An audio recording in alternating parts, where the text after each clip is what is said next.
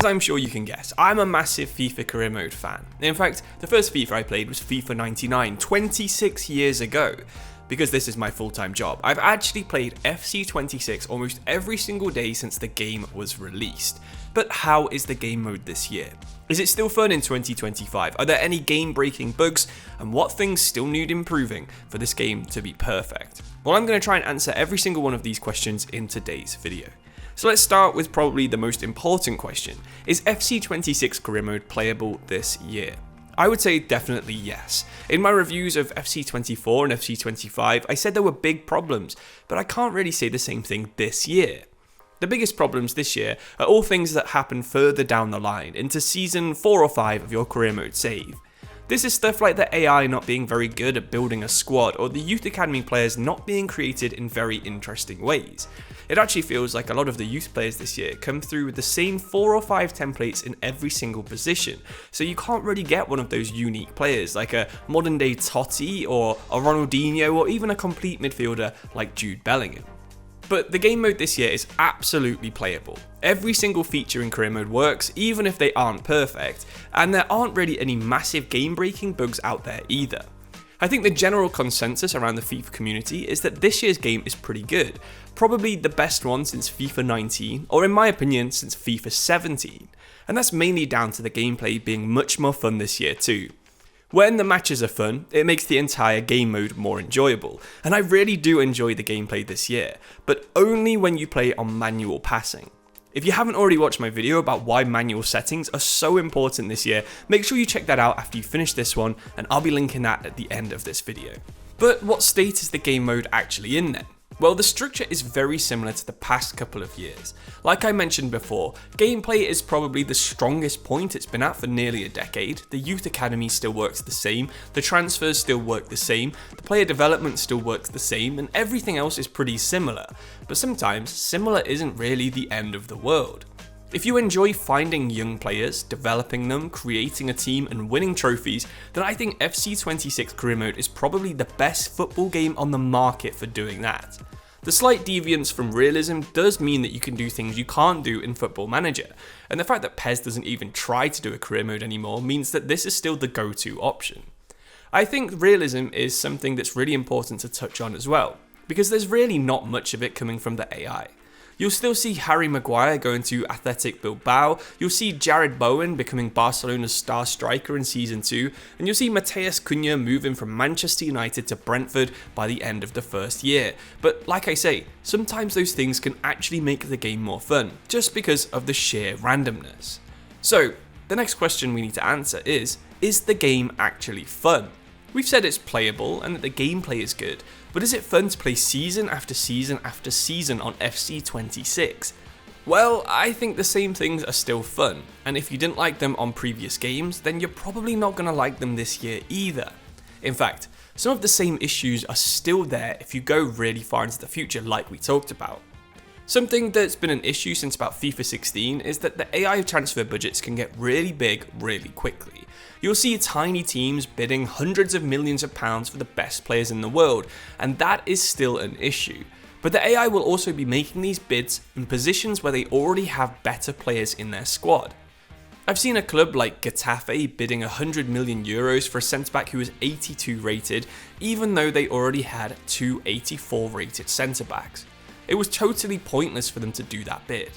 Maybe it's just because the others were slightly older and the AI didn't really want them anymore. But let's talk about older players actually, because older players still fall off too fast. I'm sure we've all played an older career mode where Zlatan Ibrahimovic could drop 10 overall in a season, and while it's not that bad now, it is still a problem. You'll quite often find Messi retiring as a 74 rated player in Season 3, which even for Messi is just not going to happen. In a couple of years, he'll probably be an 80, 81 or 82, which isn't actually that much worse than he is now. I appreciate that I have been quite negative about the game there for a couple of minutes, so let's also talk about some of the things that the game is really good at. And I think that one of them is the Youth Academy this year. It's still fun to use because of the changes they made on FC24 and FC25. On FC24, they added a ton of youth nations to scout, and on FC25, they made it easier to get playstyle pluses even if you loan a player out. if you get a player to 80 overall, they get a single playstyle plus. If you get them to 90 overall, they get 2. And compared to older games, this means you can have really unique academy players, so it's really fun to try and build a squad using the academy this year. The Manager Live features also allow you to have a restriction that aren't just done in your head, but are actually applied in the game. One of these challenges restricts you from signing players over the age of 23, and you can actually only play players under the age of 28, which is such a cool restriction to have by default. It does seem like EA are rolling out new challenges every now and then, so there could be some really cool ideas added here if EA does decide to get creative. So now let's move on to talking about bugs that are in the game this year, and honestly again, I'm pretty happy to say there aren't too many big ones. There are some funny ones, like managers moving to clubs they probably shouldn't, and youth academy players spawning at 8'5", but there's nothing like the dynamic potential bug from a few years ago, or the menus that would constantly break on FC25. That stuff isn't in the game anymore. EA has actually done a pretty good job of producing a game that works this year. But that doesn't mean there aren't a few things that could still be improved. I really think every single league in the game should have at least a couple of extra teams that can be used for relegation and promotion purposes. Maybe a few licensed teams from every second division that rotate every year. Maybe there could be a couple of licensed teams from each second division that can be promoted or relegated every year. Or maybe a couple of National League teams in England that can appear in your FA Cup if you want to see some different teams in cup competitions. I also think having a Manager Live mode for every single league with the official rules already locked in would be super useful. Imagine if there was a Premier League one where there was a maximum squad size of 25 players over the age of 18, there was spending limits based on what you earn from transfers and tickets and stuff like that. That would be such a cool way to have real rules and restrictions that are only going to apply to people who want to use them. Of course, better AI would be a huge improvement too. We could use the same AI for transfers and squad building, improve it, and then make sure that teams actually build squads that are challenging to play against by realistically building their teams with transfers that are still fun and unpredictable.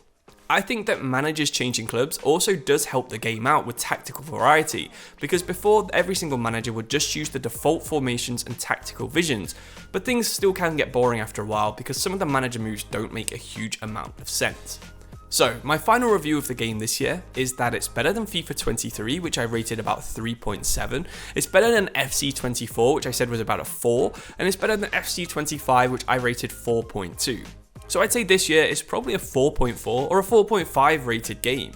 I really enjoyed playing Career Mode this year, which, as someone who's been doing it basically as a full-time job for 5 years now, is a pretty big deal. While FC26 might not be as good as FM this year, it might not be as good as FIFA 17 or FIFA 08 in your opinion, what we do have now is a game that works. A game that's fun to play, and a world that changes thanks to the dynamic managers, tactics, and quite strange transfer AI. Let me know your thoughts in the comments below this video. I'd love to see your reviews, and also check out the video on screen right now that I made for my other channel where I talk about Sean Dyche, Nottingham Forest and the Premier League. You might find it really interesting. Subscribe to that channel and this one if you want to help support me, and thank you so much for watching. I'll see you soon. Cheers and goodbye.